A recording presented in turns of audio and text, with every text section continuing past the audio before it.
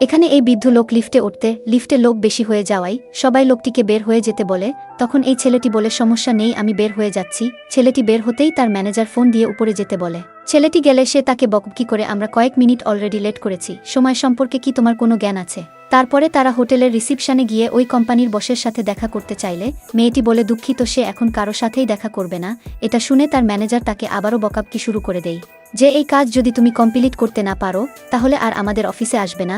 তারপরে ছেলেটি বাহিরে অপেক্ষা করে সেখানকার বসের সাথে দেখা করার জন্য। আসলে সে সেখানকার বসকে চিনত না। তার কিছুক্ষণ পরে ওই মেয়েটি বের হয় এবং বলে সে আজ কোনো কাজ করবে না, শুনলাম সে নাকি বাড়িতে ফিরবে। তার কিছুক্ষণ পরে ওই বৃদ্ধ লোকটি আসে এবং বলে, আরে ইয়ানম্যান এখানে কেন? ছেলেটি বলে, একটি কাজ নিয়ে এসেছি। লোকটি বলে, আমিও তোমার মতো পরিশ্রম করেছি, এক সময় কাজে মন দাও, এক সময় সফলতা আসবেই। তার কিছুক্ষণ পরেই ছেলেটির স্কুল জীবনের ফ্রেন্ড বের হয় এবং তার সব বৃত্তান্ত শুনে সে তাকে সাহায্য করতে চায়। এবং পরের দিন সে ওই কোম্পানির বসের কাছে গিয়ে ছেলেটির কোম্পানির কথা বললে সে বলে, যারা সময়কে মূল্য দেয় না আমি তাদের সাহায্য করব না। হ্যালো বন্ধুরা, তার জন্যই যে দেরি হয়েছিল। সে জানার পরে ছেলেটির সাথে কি করে দেখতে চ্যানেলটি সাবস্ক্রাইব করে পাশেই থাকুন। ধন্যবাদ।